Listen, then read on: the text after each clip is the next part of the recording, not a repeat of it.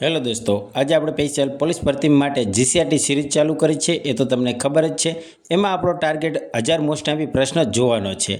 અત્યારે આપણે એ સિરીઝમાં ધોરણ 6 વિજ્ઞાનના પાઠના વારાફરતી મોસ્ટ એમપી પ્રશ્ન જોઈએ છીએ. એમાં આપણે 6 પાઠ સુધીના મોસ્ટ એમપી પ્રશ્ન જોઈ નાખ્યા છે. હવે આપણે આજે 7મા પાઠના 15 મોસ્ટ એમપી પ્રશ્ન જોઈશું. એટલે કે દોસ્તો 7મા પાઠમાં 15 મોસ્ટ એમપી છે, એટલે તેમાં 15 પ્રશ્ન જોવાના છે. આગળના પાઠમાં 30 પ્રશ્નો હતા, તો આપણે 30 મોસ્ટ એમપી પ્રશ્ન જોયા હતા. જો તમે તે પ્રશ્ન ના જોયો તો તમે જોઈ લેજો, તમને પ્લેલિસ્ટમાં મળી જશે. તો ચાલો દોસ્તો શરૂ કરીએ આજના પ્રશ્નો. અને હા દોસ્તો, હજી સુધી જો તમે અમારી ચેનલ સાથે જોડાના નથી તો જોડાઈ જજો, કેમ કે આવા જ વારાફરતી બધા જ પાઠ્યપુસ્તકના મોસ્ટ એમપી પ્રશ્નો આપણે જોવાના છે. તો અમારી ચેનલને સબસ્ક્રાઇબ કરી નાખજો. તો ચાલો દોસ્તો શરૂ કરીએ આજના ધોરણ 6 વિજ્ઞાનના પાઠ 7ના મોસ્ટ એમપી 15 પ્રશ્નો. પ્રશ્ન 111. દોસ્તો આપણે લાસ્ટ 6 પાઠ સુધીમાં 110 પ્રશ્ન જોઈ નાખ્યા છે અને આપણો ટાર્ગેટ 1000 પ્રશ્નોનો છે, એટલે આપણે ક્રમશ પ્રશ્ન જોઈશું. તો અત્યારે આપણે 111મા પ્રશ્નથી ચાલુ કરીશું. તો અત્યારે આપણે 7મા પાઠના પ્રશ્ન જોઈએ છીએ. તો 7મા પાઠના પ્રશ્ન 111 ક્રમથી ચાલુ થાય છે. પ્રશ્ન 111. જે જ્ઞાત જથ્થો છે એને શું કહેવાય છે? તો દોસ્તો આન્સર આવશે ઓપ્શન બી, એકમ. જે જ્ઞાત જથ્થો છે એને એકમ કહેવાય છે. પ્રશ્ન 112. કંપાસમાં રહેલી ફૂટપટ્ટીની લંબાઈ કેટલી હોય છે? તો દોસ્તો આન્સર આવશે ઓપ્શન સી, 15 સેન્ટીમીટર. દોસ્તો કંપાસમાં રહેલી ફૂટપટ્ટીની લંબાઈ 15 સેન્ટીમીટર જેટલી હોય છે. પ્રશ્ન 113.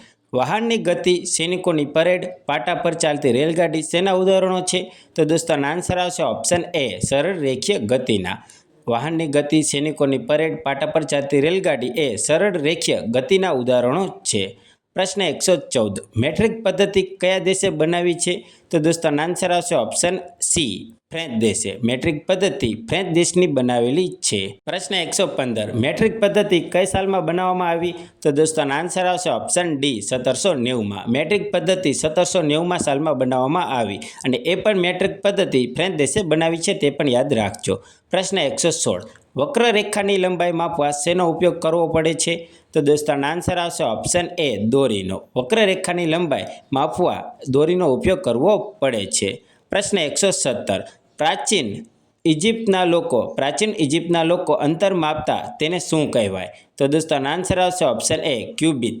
પ્રાચીન ઇજિપ્તના લોકો જે અંતર માપતા હતા તેને ક્યુબિટ કહેવાય છે. પ્રશ્ન 118. સિલાઈ મશીનમાં સોયની ગતિ કેવી હોય છે? તો દોસ્તો આન્સર આવશે ઓપ્શન ડી, આવૃત ગતિ. સિલાઈ મશીનમાં સોયની ગતિ આવૃત ગતિ હોય છે. દોસ્તો આ પ્રશ્નમાં થોડી ટાઈપિંગ મિસ્ટેક છે. આ વાક્ય આ રીતે થાય છે કે વર્તુળાકાર ગતિમાં કોઈ વસ્તુ જો સમાન પ્રકારની ગતિ કરે તો એ વસ્તુનું નિયત બિંદુ સમાન અંતરે રહે છે. એટલે કે આ વાક્ય થાય છે. આ પ્રશ્ન તમે જોઈ લેજો.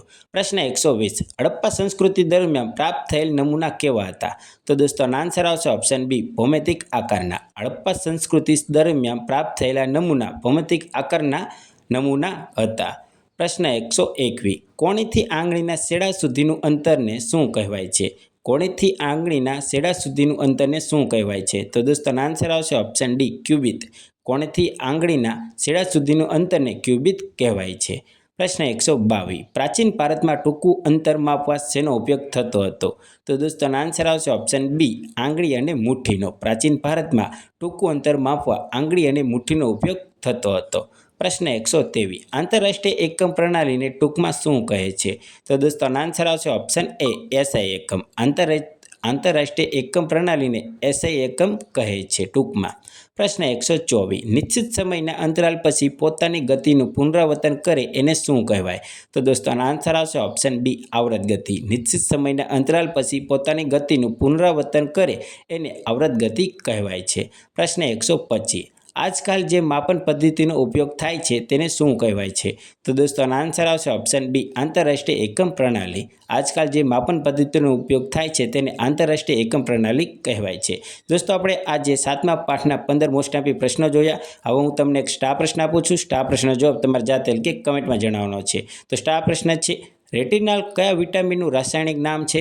તો દોસ્તો ઓપ્શન છે A, vitamin A, option B, vitamin B, option C, vitamin C, option D, vitamin D. આનો જવાબ તમારે કમેન્ટમાં જણાવવાનો છે. અને દોસ્તો આ જીસીઆરટી સિરીઝ તમને કેવી લાગે છે તે પણ કમેન્ટ કરીને જણાવજો. અને દોસ્તો આપણે નેક્સ્ટ વિડીયોમાં નેક્સ્ટ પાઠના એટલે કે ધોરણ 6 વિજ્ઞાનના 8મા પાઠના પ્રશ્નો જોવાના છે. તો દોસ્તો ચેનલને સબસ્ક્રાઈબ જરૂર કરજો. તો ચાલો દોસ્તો મળીએ બીજા વિડીયોમાં. જય હિન્દ, જય ભારત.